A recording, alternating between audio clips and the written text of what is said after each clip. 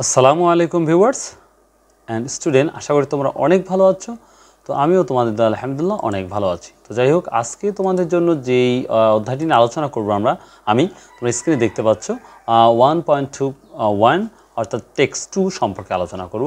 ইতিমধ্যে আমি কিন্তু টেক্সট 1 অর্থাৎ 1.21 এটার আমি প্রথম অধ্যায়টা বা হ্যালো ডিয়ার এটা আমি আলোচনা করেছিলাম, আশা করি তোমরা দেখেছো। তো আজকে যেটা আমরা আলোচনা করছি তোমাদের সামনে 1.21। তো যাই হোক, আজকে তোমাদের এইটা আমি আলোচনা করব। তো আসলে এটা আমি সুন্দর করে 1 2 3 4 5 করে দিয়েছি যেন তোমাদের বুঝতে খুবই সহজ হয় এবং পড়তে যেন খুব ইজি হয় তার জন্য। তো স্টুডেন্ট, আমরা তাহলে আজকে শুরু করি। তাহলে দেখি কি আছে টেক্সট 2 এ ক্লাস 8 এর জন্য। কিন্তু আমি আবার বলছি, ক্লাস 8 এর জন্য তোমরা স্ক্রিনে দেখেছো, তারপর আমি এখানে লিখে দিচ্ছি ক্লাস 8 সব থেকে ভালো হবে। ক্লাস 8, এই যে ক্লাস 8 এটা দিয়ে দিলাম। তো ক্লাস 8 আমি দিয়ে দিলাম। আচ্ছা, ইংলিশটাও দিয়ে দিলাম, ইংলিশ। তো তাহলে এখন আমরা যাব এই যে। তো দেখো টেক্সট 2 খুব সুন্দর করে বলবো, তোমরা কষ্ট করে সুন্দর করে বইটা দিয়ে দেখে দেখে তোমরা পড়ার চেষ্টা করবে। So I live in a small village in Bangladesh. আমি বাংলাদেশের একটি ছোট গ্রামে থাকি। মানে কি, আমি একটা বাংলাদেশের ছোট্ট একটি গ্রামে থাকি। Although this place is remote and not so developed, visitors love it for its beautiful green landscape.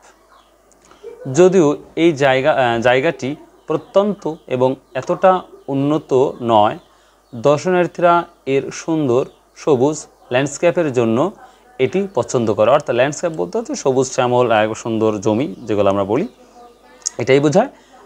তো এটা নাম্বার 2 গেল। এবার আমরা আসি নাম্বার 3। আমি কিন্তু আস্তে আস্তে উচ্চারণ করে দিচ্ছি যেন তোমাদের পড়তে ইজি হয় তার জন্য। So let's go.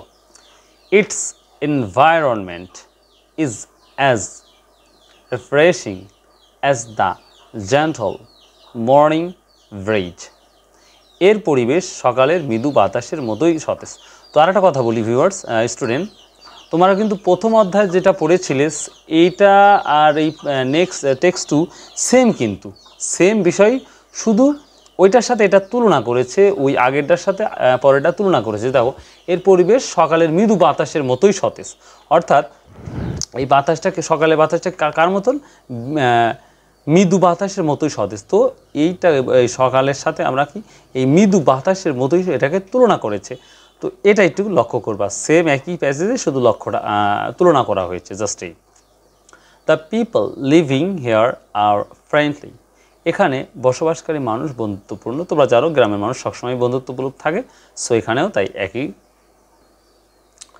They work as hard as an ant gathering its harvest. তারা পিঁপড়ার ফসল সংগ্রহ করার মতো কঠোর পরিশ্রম করে। এই যে তারা কঠোর পরিশ্রম করে কার মতো? তারা পিঁপড়ার ফসল সংগ্রহ করার মতন। যে পিঁপড়ারা যেমন কষ্ট করে ফসল আর্ন করে বা ফসল বলছি, তারা খাদ্য সংগ্রহণ করে, তেমনি কৃষক এই গ্রামের মানুষেরও কি তেমনি কঠোর পরিশ্রম করে এভাবে কি সংগ্রহ করে। তো এই যে একটা মতো একই প্যাসেজ, শুধু একটার সাথে আর একটা তুলনা করে বুঝিয়েছে।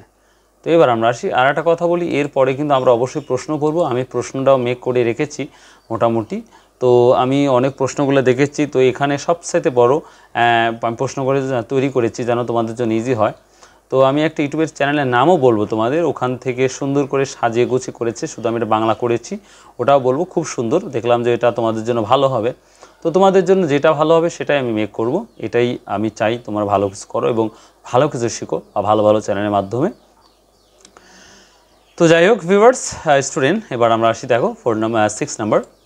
If you visit my village you can enjoy the colourful ক্রপল্যান্ড।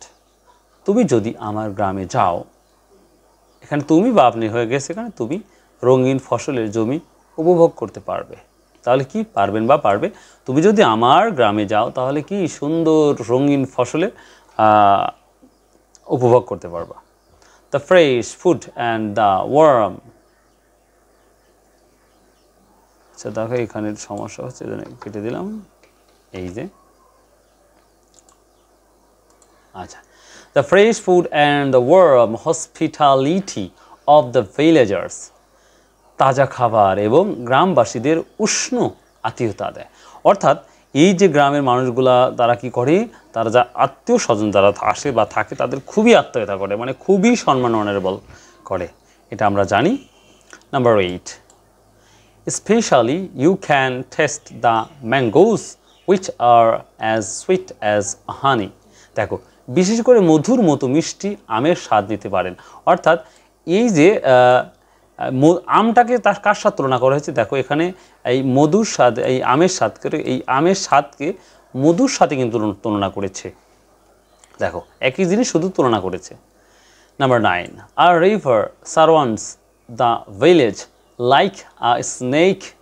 একটি নদী সাপের মতো গ্রামকে ঘিরে রেখেছে। দেখো এখানে এই নদীটাকে সাপের মতো ঘিরে রেখেছে, অর্থাৎ গ্রামটাকে সাপ যেমন পেঁচিয়ে রাখে তেমনি নদীটাও পেঁচিয়ে এটাকে কি গ্রামটাকে তার মধ্যে রেখে দিয়েছে। তো এই জন্যই বলছে নদীটা, একটি নদী সাপের মতো গ্রামকে ঘিরে রেখেছে। 10 number student, there is a market in the heart of the village. গ্রামের প্রাণকেন্দ্র রয়েছে বাজার। অর্থাৎ এই বাজারের প্রাণকেন্দ্র হচ্ছে একটা মার্কেট, গ্রামের প্রাণকেন্দ্র মাস মিডল অর্ডার একটা বাজার রয়েছে এবং গ্রামে এমন অবস্থায় থাকে যেটা আমরা দেখি। এবার আমরা আসি 11 নম্বর, whenever you visit there you see people, আর আমরা এখানে people বললাম, তো people বলতে পারো, are as busy as bees। তুমি যখনই সেখানে যাও দেখবা মানুষ মৌমাছির মতো ব্যস্ত। অর্থাৎ দেখো এখানে কি বুঝিয়েছে, দেখো সুন্দর করে বলছি,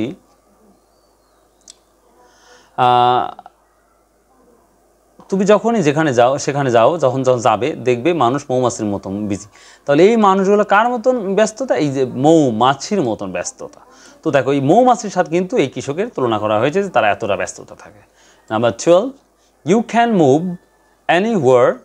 এনিওয়ার, আমরা বলি এনিওয়ার, আসলে উচ্চারণটা হবে anywhere, at any time as it is as safe as your home.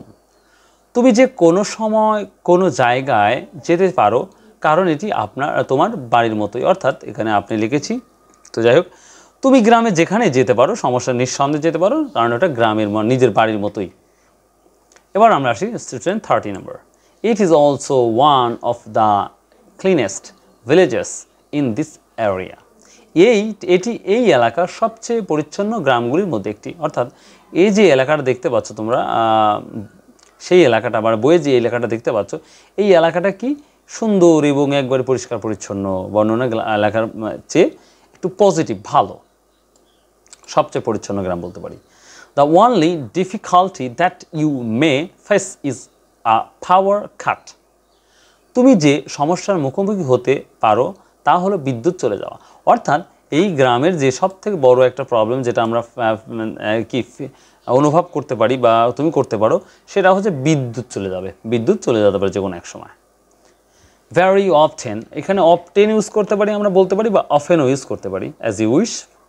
The night is as quiet as a sleeping baby here. দেখো এখানে কি বোঝাচ্ছে, প্রায়শই রাত এখানে ঘুমন্ত শিশুর মতো শান্ত হয়। অর্থাৎ এখানে দেখো এই রাতটাকে এরা তুলনা করা হয়েছে একটা ঘুমন্ত শিশুর মতো, যে তাড়াতাড়ি একটা বাচ্চা ঘুমিয়ে পড়ে, সেম গ্রামের মানুষও দ্রুত ঘুমিয়ে পড়ে এবং ঘুমন্ত শিশুর মতো এটাকে তুলনা করা হয়েছে।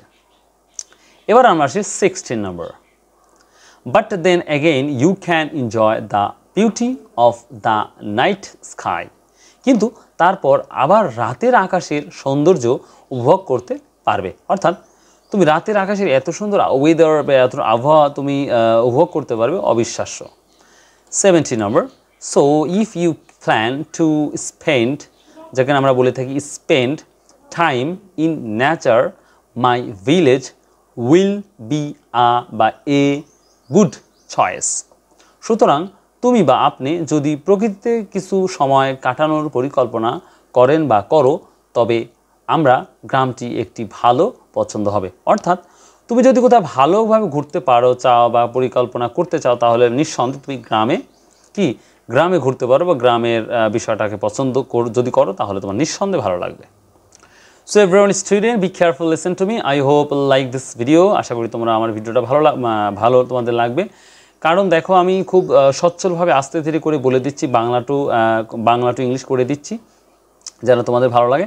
আর নেক্সট যেটা তোমাদের আমি শেখাবো, এটা হচ্ছে কোশ্চিন। এই টেক্সট টু এর যে কোশ্চিন আছে, এটা শেখাবো সুন্দর করে। দেখো, আমি ছোটো ছোটো করে দিয়েছি। আশা করি তোমরা বাংলা টু ইংলিশ দিয়েছি, সহজেই এটা পড়তে পারবে এবং লিখতে পারবে। সো ভালো থাকো, সুস্থ থাকো, ইনশাল্লাহ নেক্সট ভিডিওতে আবার দেখা হবে। বাই, আল্লাহ হাফেজ।